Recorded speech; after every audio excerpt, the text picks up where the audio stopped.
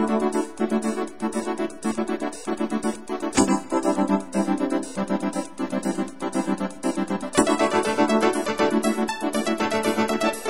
May 1st, 2003, President Bush declared an end to the Iraq War from the tarmac of the USS Abraham Lincoln. Signaling an end to the hostilities in Iraq, it soon became evident that our duties were shifting from conducting military operations to a peacekeeping force. The 21-day drive to Baghdad proved relatively easy for our superior coalition forces. However, as time has passed, the reconstruction of Iraq has proved a much more daunting challenge. The task of reconstruction presents the U.S. with a unique opportunity to mend broken fences with the nations who did not support our reason for going to war. Now America must continue improving multinational cooperation on all fronts of the reconstruction efforts and allowing the UN to play a vital role in the process. It is in America's interest to pursue this cooperation, not only for the sake of our foreign policy objectives, but also for the well-being of the Iraqi citizens and the larger pursuit of lasting peace in the Middle East. By capitalizing upon the UN's vast resources and legitimacy, America can gain the global support needed to successfully establish the first democratic state in the Arab world. A U.S.-UN partnership would produce positive results in three major cornerstones of the reconstruction effort. First, in establishing security and order. Secondly, providing humanitarian and economic aid. And lastly, rebuilding Iraq's governmental and civil institutions. In the closing days of Operation Iraqi Freedom, American tanks rolled into Baghdad and Tikrit with little or no organized resistance.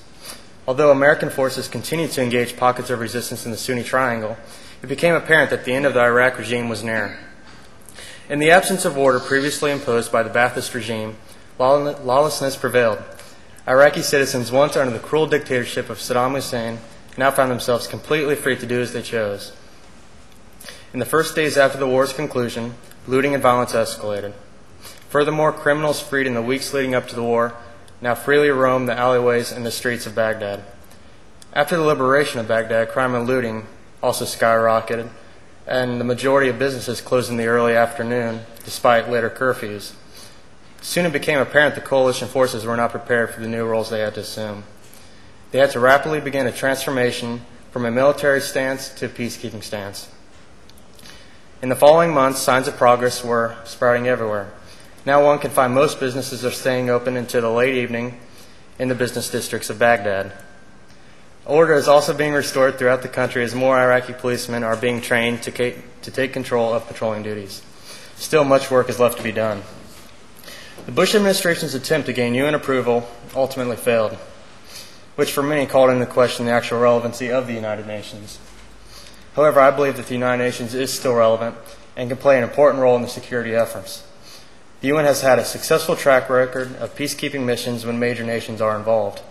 By uniting a large multinational force, including Muslim countries such as Pakistan, the reconstruction would no longer be viewed solely as a unilateralist effort by the Bush administration. Inevitably, America will have to cede some of its power to the UN in order to receive this help. I'm encouraged by the Bush administration, which is currently seeking a UN mandate, for a multinational peacekeeping force that will allow for U.S. military authority with oversight by the UN.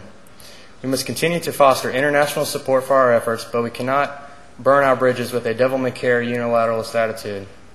Compromise will need to be achieved if we're going to garner the support of the international community. I must also caution the Bush administration that we cannot allow a U.S.-UN partnership to become our last option.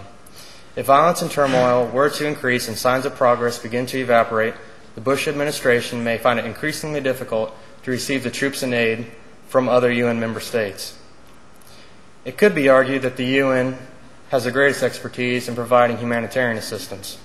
Previous efforts to distribute food and medicine to war-torn countries has proved on the whole successful.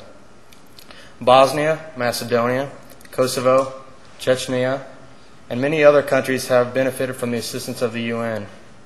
In Iraq alone, the UN has been actively involved in providing aid for over 10 years. Most widely recognized is the United Nations contributions through the Oil for Food program, which within 8 years managed to provide over $44 billion worth of food, medicine, and other humanitarian supplies.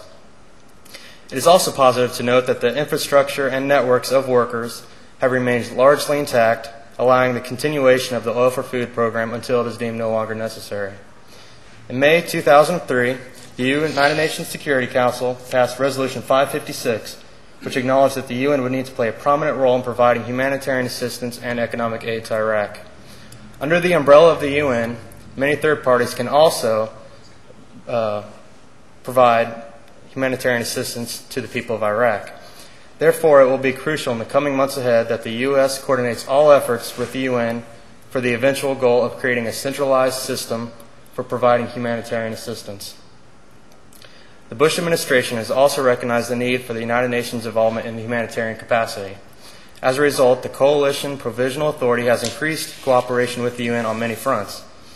However, the CPA still has not clearly defined the responsibilities and duties of a U.S.-UN partnership. Furthermore, the CPA must expand its effort to directly communicate with the Iraqi citizens, ensuring that their views and needs are expressed. I propose that by using town hall meetings, radio, television, and newspaper, the CPA can effectively communicate to the average Iraqi citizen what actions are taking place to improve their lives. With increased cooperation, the CPA and UN will be able to coordinate all humanitarian efforts in a reliable and efficient manner. The partnership of a U.S.-UN aid relief effort would be beneficial in maintaining the idea that a stable, secure Iraq is in the interest of the international community.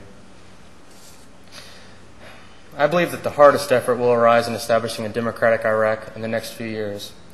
Any American-led effort automatically carries the negative connotation of a puppet government submissive to American interests. Newly freed Iraqis will no doubt grow suspicious of their government over time because of its importance to the oil-consuming Western nations. Likewise, problems could arise with Iraq's neighbors, who have very little interest in seeing America succeed in Iraq. The number of foreign nationals who are making their way into Iraq for the sole purpose of destabilizing any new democratic government highlights this growing fear. Therefore, any attempt to build a stable government must be supervised by the most legitimate multinational body possible. Once again, I perceive that the best approach is through the UN, whose history of establishing governments is positive. Ultimately, no true democracy can ever successfully be created by an outside government. Any lasting democratic state must be created and driven by the citizens within it. A true democracy must reflect the will of the people, and it must be the desire of the citizens to be ruled by that government. Again, the U.S. must seek to partner with the UN in this effort because both can provide the expertise and resources that are needed to effectively establish this new government. The U.S. can draw on its experience, expertise, and relationships, while the UN can provide the crucial credibility and legitimacy that is so needed in the eyes of the Middle East. Furthermore, the UN can provide the necessary aid and manpower to ensure the success of a new Iraqi government over the long term. It is my hope that in the coming year, the U.S. will continue to increase coordination with the UN so that the Iraqi people can gain the best resources both sides have to offer. It will be necessary for the UN to oversee the entire political process to ensure impartiality and that all voices are heard. The UN should also manage free elections of public officials and offer guidance to Iraqi council members as they begin drafting their new constitution. However, I must caution again that the U.S. cannot hold on to the political process alone.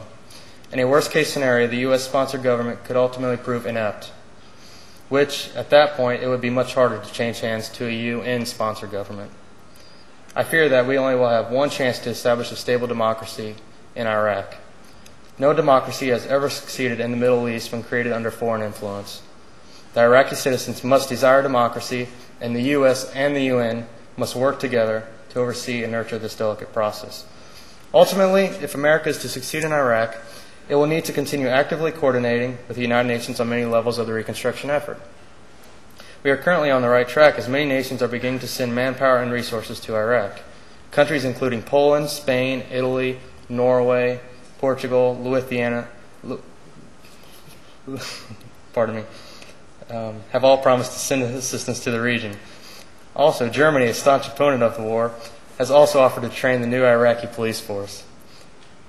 Many more countries have also responded positively, but question being put under U.S. control. Therefore, it is in America's interest to seek a UN mandate which would allow for additional international peacekeepers to be sent to Iraq, further promoting our goals of a stable, secure Iraq. Likewise, the UN and its supporting members can provide a wealth of resources to the humanitarian effort if the CPA continues to increase its coordination with the UN. Two separate aid efforts can never be as efficient as a centralized effort. The CPA and UN must meet together and explicitly agree as to the duties and responsibilities each will shoulder. I suspect that when this occurs, we will see an accelerated humanitarian effort that will squelch further suffering and resentment against the current governing coalition. We must partner with the United Nations to ensure an impartial democratic election process. Only the UN can establish any sort of legitimacy for a new Iraqi government. If we can put our differences aside and come together in a spirit of cooperation, we will greatly improve our chances for success. We've been presented with a great opportunity to establish a shining example of freedom in the dark landscape of the Middle East. Achieving a lasting democracy in Iraq may very well become our first step to achieving the elusive goal of peace in the Middle East. Thank you.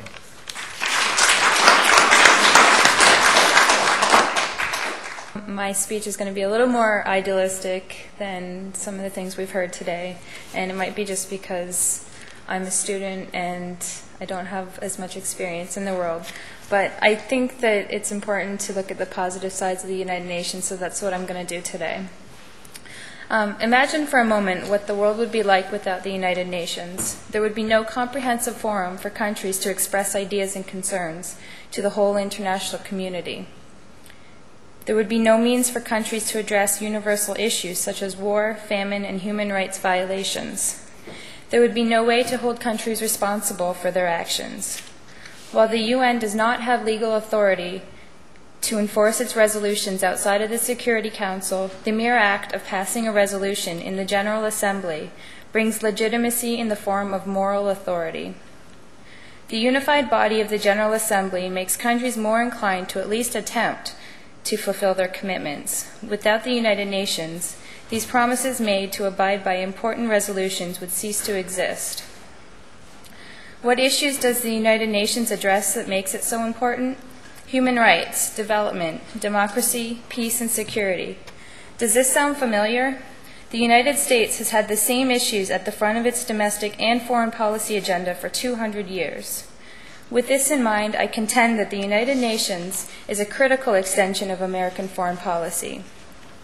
By taking part in the design of the UN's agenda, the United States encourages and pressures other countries to adopt the same values that are important in America.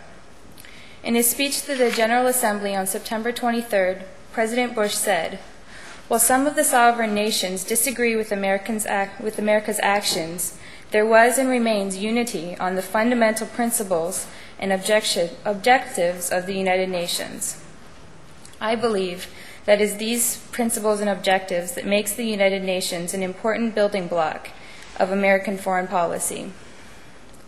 The Charter of the United Nations indicates that the organization should take collective measures for the prevention and removal of threats to peace. As a promoter of peace, the organization begins to malfunction when it is asked to act aggressively.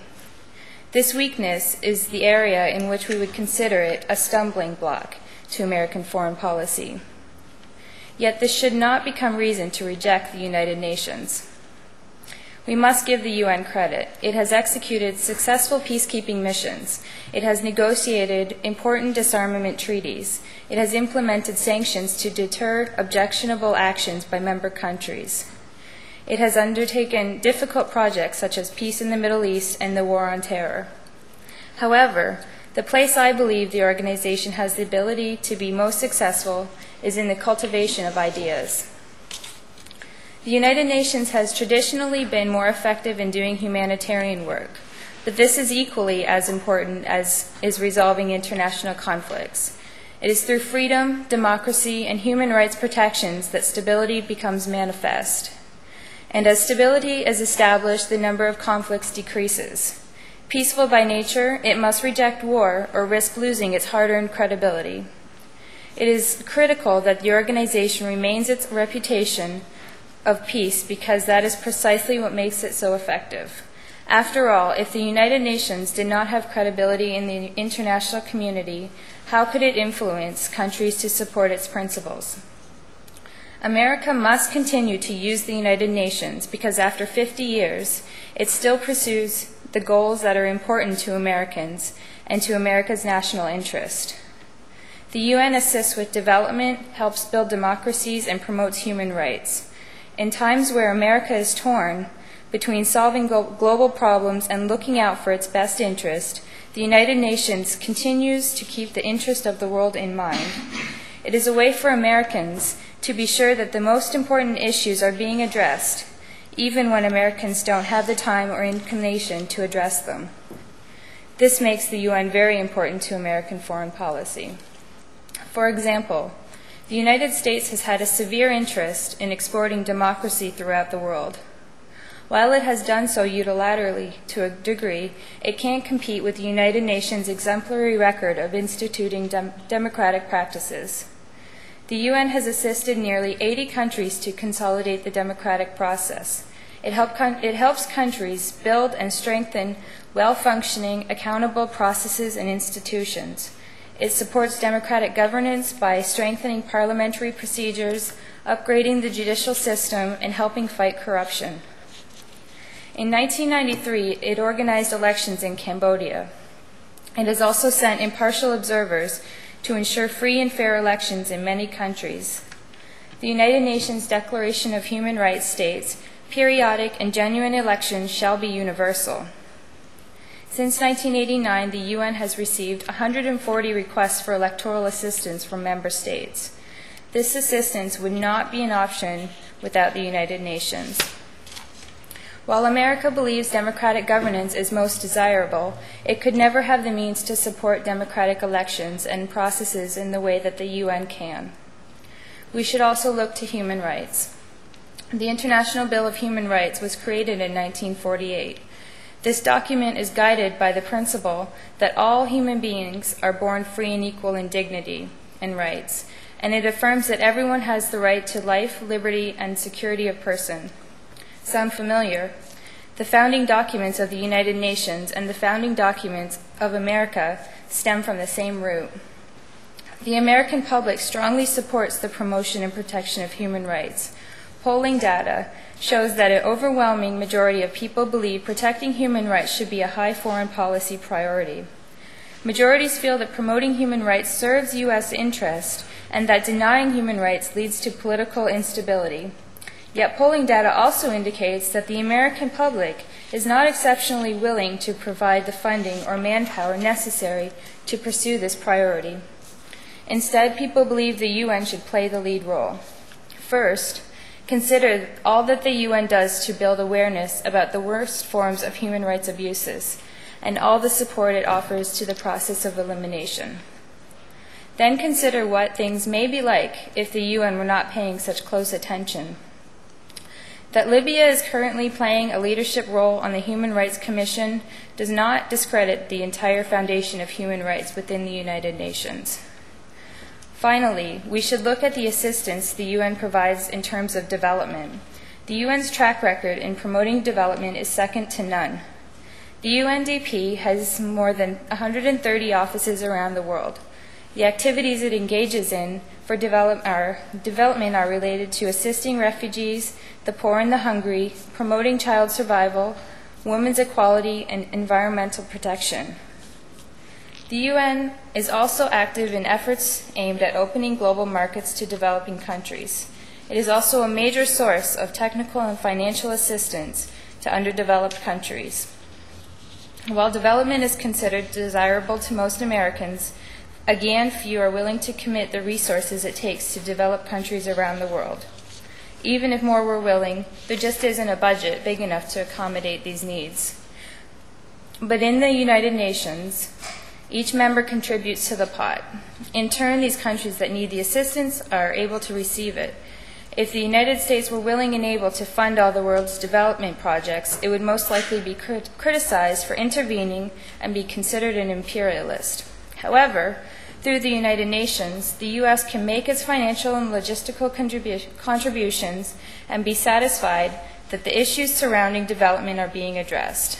By contributing to the United Nations, Americans can also rest assured that all countries are benefiting, not just the select countries that are important to the American government at any given time. In conclusion, I submit that the United Nations has and will continue to do vital work, which is in the best interest of the United States as a country and is important to the individual people within. While I do not know what will result from the latest controversy over the UN's ability to address security issues, I do know that the fundamental principles and objectives of the organization as a whole make it a vital piece of America's foreign policy agenda. We should be thankful that the United Nations does exist. America would find itself without an important ideological ally in its absence. Certainly, there should be reform within the UN. But if we want to achieve the goals that we all hold as important, we must continue to act as a leader within the organization, not abandon it. On a final note, I'd like to comment on a recurring theme of the day. It's been suggested that the UN is failing in its human rights agenda because of the parties in leadership. But I ask you to take an alternative approach in your thinking on the issue. It is tempting to advocate isolating countries when they act in ways we do not like. But consider the Asian approach of constructive engagement. Isn't it possible that through aggressively engaging countries like Libya and Cuba in the fight for human rights, that they may learn a few things and over time alter their behavior? Thank you.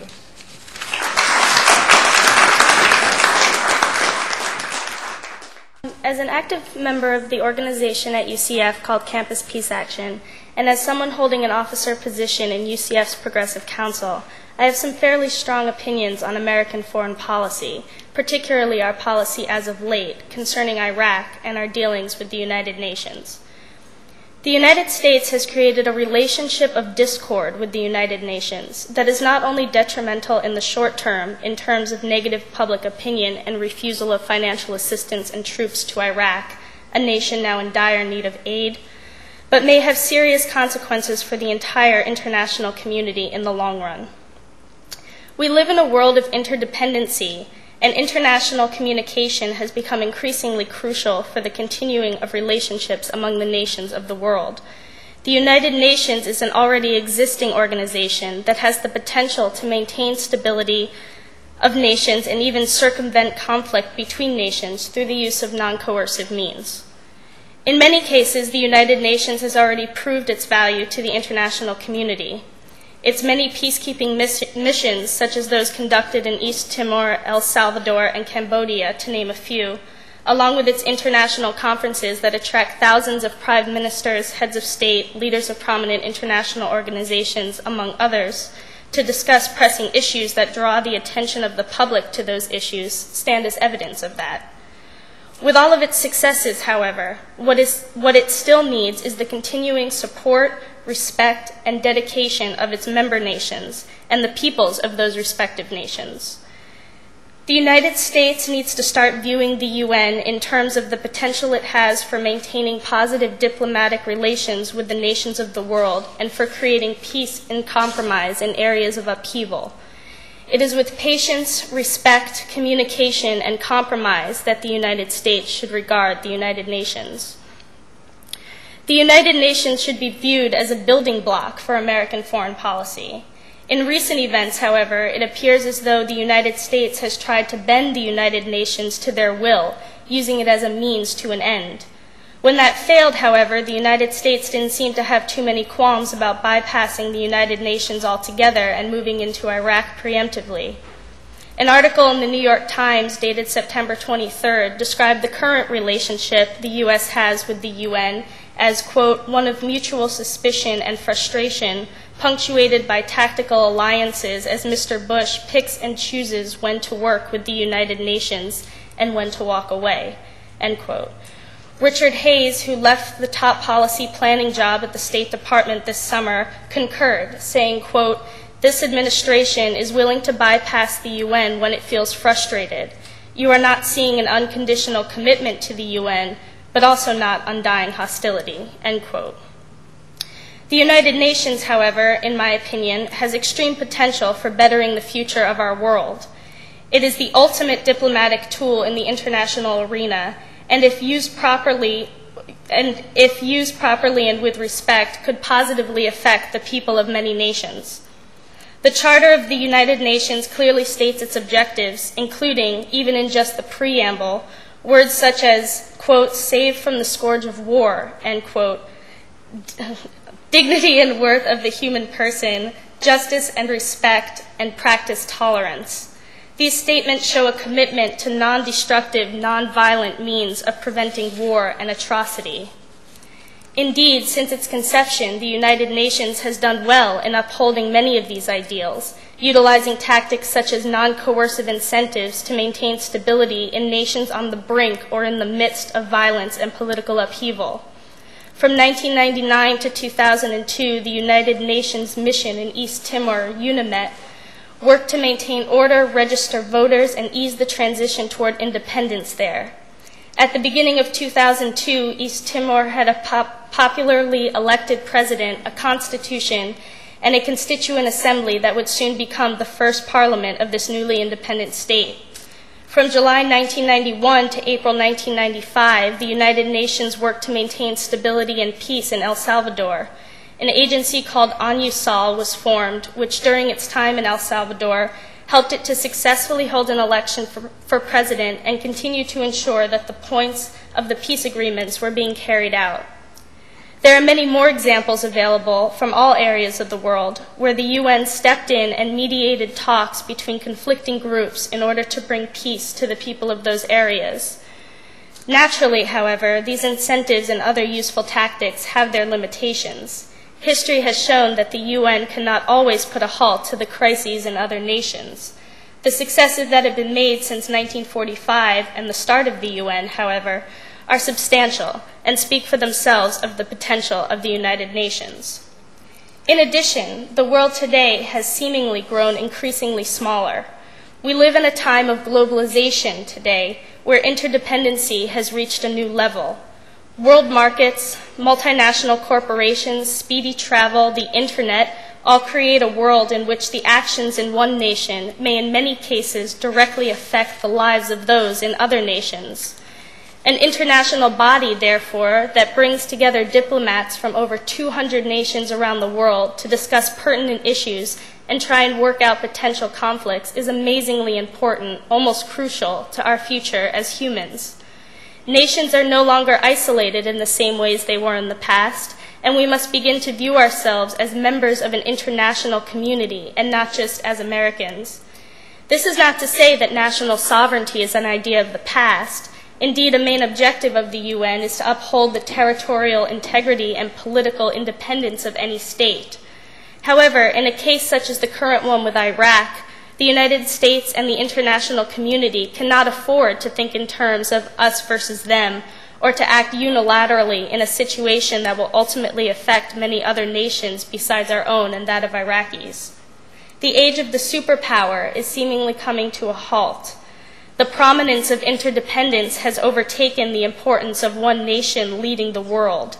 Now, with world markets and multinational corporations and organizations, many nations find themselves in the same situation, on the same level, so to speak, as their neighbors. With this equality of position, what is becoming more important to humanity in this day and age is working together for the good of all nations and handling potential crises diplomatically and non-coercively, while maintaining a substantial amount of patience and respect. Perhaps some of this sounds idealistic, but the institutions are there. The United Nations is in place and ready for a larger role in the international arena. It needs the respect and the dedication of its member nations, however, in order to succeed. If the United States continues to view the United Nations as an organization that sometimes works for their interests and sometimes works against, and turns their back on the UN when opinions differ from those of the United States, then the United States will soon find itself in a situation of unfavorable international opinion and isolation. It is harmony, not discord, that will benefit both the United States and the member nations of the United Nations in the long run. Disrespect, lack of faith, and support do nothing but harm the international community and its international organizations. It is time the United States switched its ancient perception of itself as a sole power of strength and military might and began realizing itself within the international community as an entity with the potential to do great good for many nations, so long as it works with and not against those nations. Preemptive unilateral action will bring about devastation for us and for the closely connected nations of the world. It is patience, respect, communication, and compromise that will usher us into a new era of liberty and justice. Thank you.